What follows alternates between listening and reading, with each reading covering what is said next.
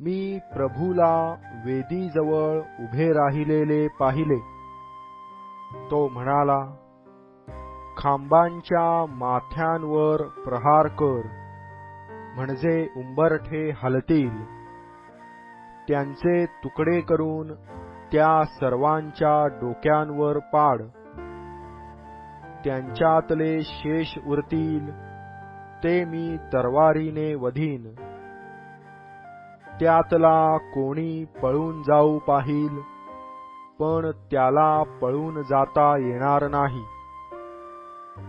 त्यातला कोणी निसटून जाऊ पाहिल, पण तो निभावणार नाही.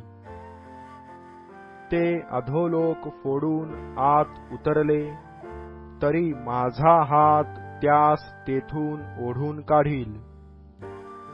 ते वर स्वर्गात चढले, तरी तेथून मी त्यास खाली ओढून आणीन.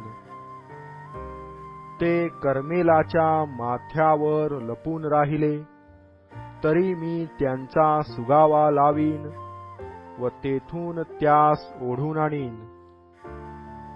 ते समुद्राच्या तळी माझ्या दृष्टीआड लपून राहिले, तरी मी तेथे सर्पास आज्ञा करीन, म्हणजे तो त्यास डसेल.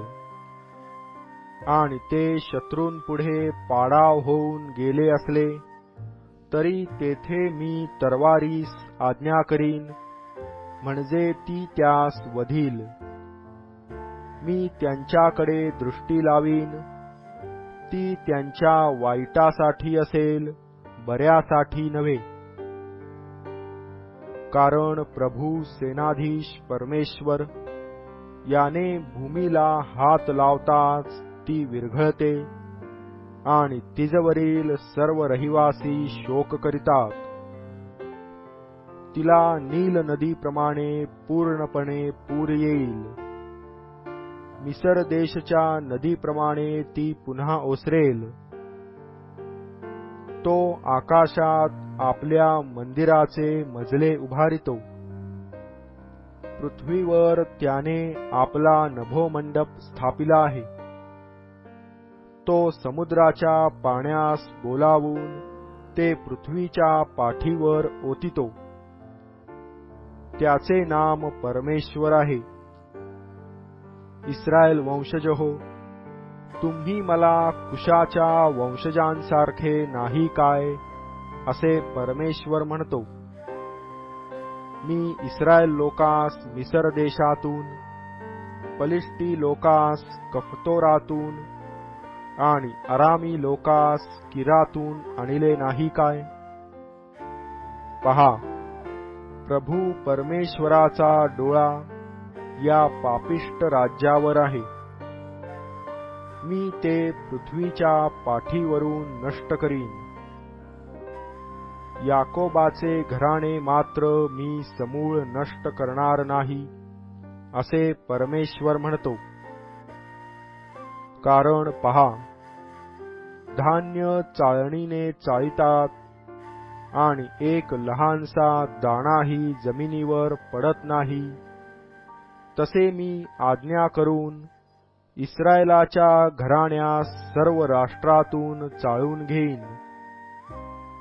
माझ्या लोकातले जे सर्व पापी जन आम्हास अनिष्ट गाठणार नाही, ते आम्हावर येणार नाही असे म्हणतात, ते तलवारीने मरतील.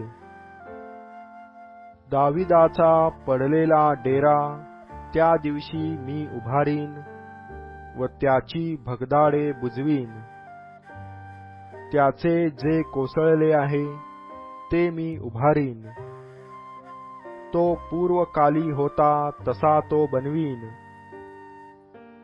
मग ते अदोमाच्या अवशेषांचा व ज्यास माझे नाव ठेविले आहे त्या सर्व राष्ट्रांचा ताबा घेतील, असे हे कृत्य करणारा परमेश्वर म्हणतो.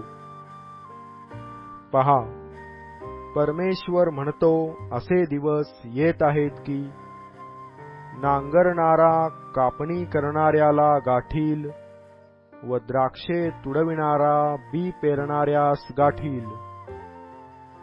डोंगरावरून नवा द्राक्षारस वाहील व सर्व टेकड्यांना पाझर फुटतील.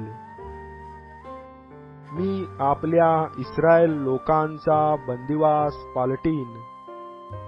ते ओसाड झालेली नगरे बांधितील व त्यात वस्ती करीतील.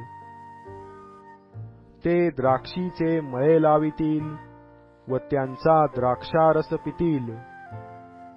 ते बाग लावितील व त्यांची फळे खातील. मी त्यास त्यांच्या भूमीत रुजवीन व जी भूमी मी त्यास दिली आहे तीतून त्यास यापुढे उपटून टाकण्यात येणार नाही, असे परमेश्वर तुझा देव म्हणतो.